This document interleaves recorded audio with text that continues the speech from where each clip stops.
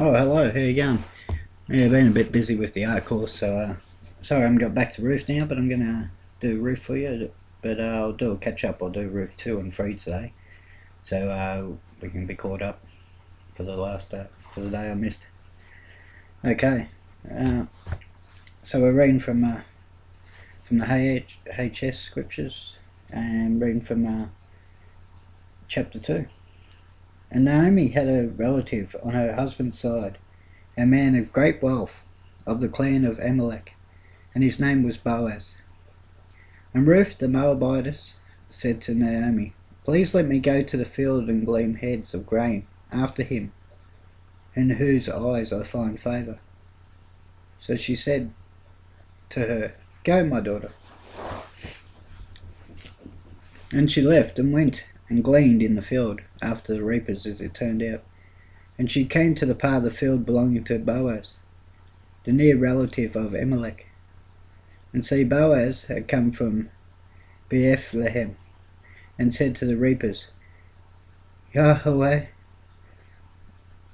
be with you." And they answered him, "Yahweh barak you," which barak is blessing. I'm pretty sure. I looked up the word at one stage.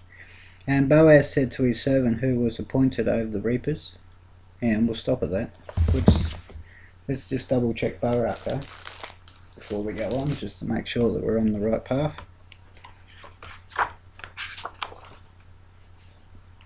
Barak.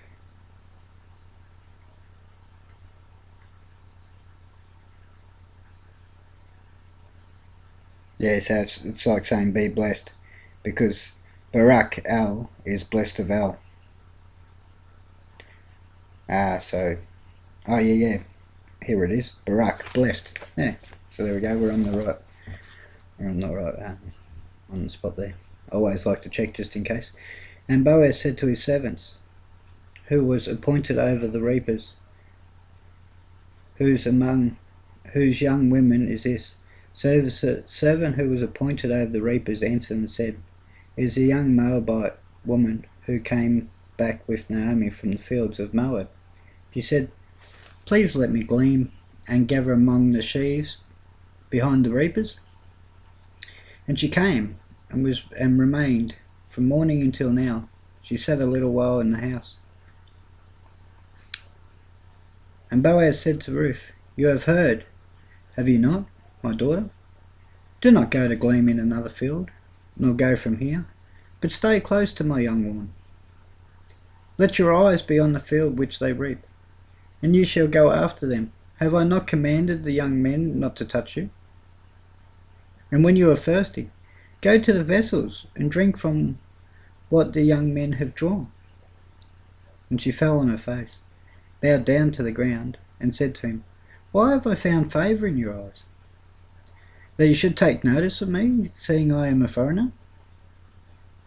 And Boaz answered and said to her, "I have been told all that you have done for your mother-in-law since the death of your husband, and how you have left the father and your mother and the land of your birth, and have come to the people whom you did not know before.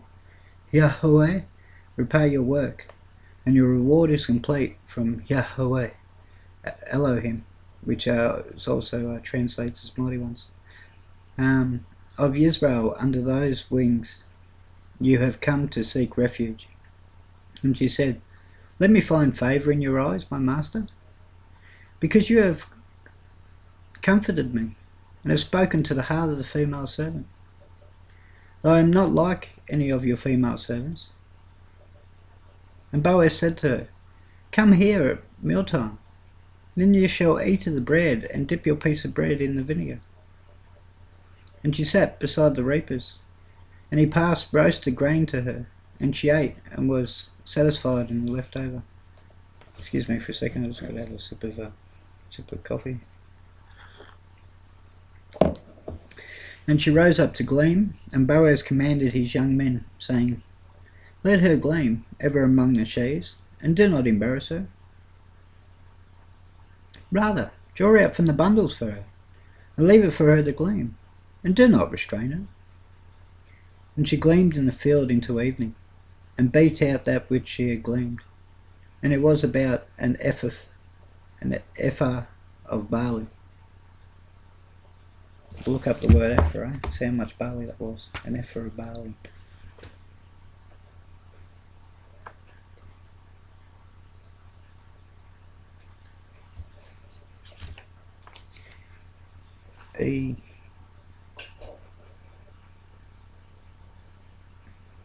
Oops. Oh no. Should have kept my spot, shouldn't I?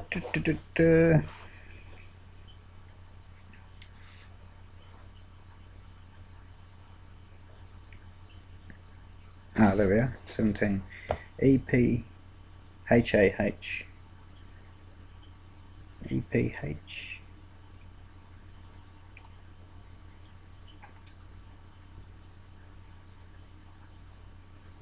Well, in here it says ephah. Dark or gloomy?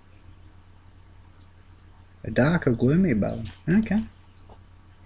It's quite strange. Never heard of a dark or gloomy load of barley before, but anyway. And she took it up and went into the city, and her mother-in-law saw that she had gleaned, and she brought out and gave to her what she had left over after she was satisfied. Then her mother-in-law asked her, "Why have you gleaned today? And where did you work?" "Barak be the one who took notice of you." So blessed be the one that took notice of you again. And she told her mother-in-law with whom she had worked, and said, "The name of the man I worked today with is Boaz." And Naomi said to her daughter-in-law, "Barak be he of Yahweh." So blessed be he of Yahweh, who has not forsaken his kindness to the living and the dead. And Naomi said to her, "The man is a relative of ours, one of our redeemers." And Ruth the Moabitess said, "He also said to me, stay close to my young people until they have completed all my harvest." And Naomi said to Ruth, her daughter-in-law, "It is good, my daughter, that you go out with this young woman, and that they do not meet you in any other field." She was very blessed, Ruth. And she stayed close by the young woman of Boaz to glean, to the completion of barley harvest and wheat harvest, but she dwelt with her mother-in-law. Chapter 3. And Naomi, her mother-in-law, said to her, "My daughter, should I not seek rest for you, so that it is well with you? Now is not Boaz with those young women who have been our relative? So he is winnowing barley tonight at the threshing floor. And you shall bathe and anoint yourself, and put your garments on, and go down to the threshing floor." Which threshing floor was basically where they they'd take all the load of barley or the load of wheat, and that's where they'd actually like bash the wheat to get the seed pods. And also I'm pretty sure that's where they if they want to make flour and that's where they'll do the grinding and stuff like that as well, in the threshing floor. So, and you shall bathe and anoint yourself, and put your garments on, and go down to the threshing floor. Do not make yourself known to the man until he has finished eating and drinking. And it shall be, when he lies down, that you shall notice the place where he lies, and shall go in and uncover his feet, and lie down, and let him make known to you what you should do. And she said to her, "All that you say to me I do." And she went down to the threshing floor, and did according to all that her mother-in-law instructed her. And Boaz ate and drank, and his heart was glad.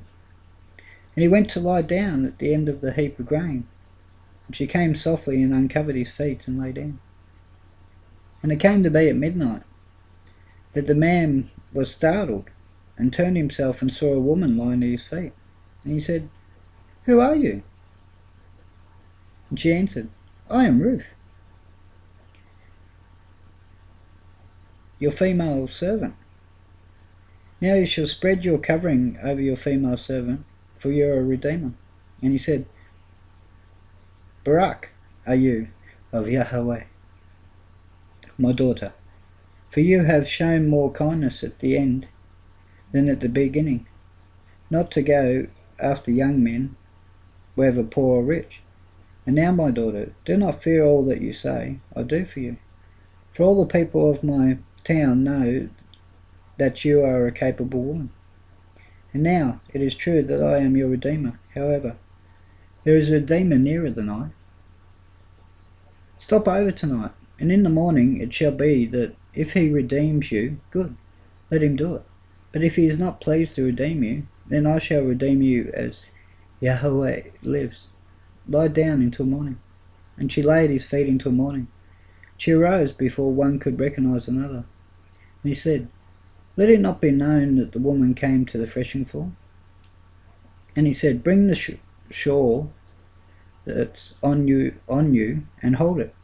So she held it, and he measured 6 measures of barley, and laid it on her. And she went into the city. And when she came to her mother-in-law, she said, is that you, my daughter?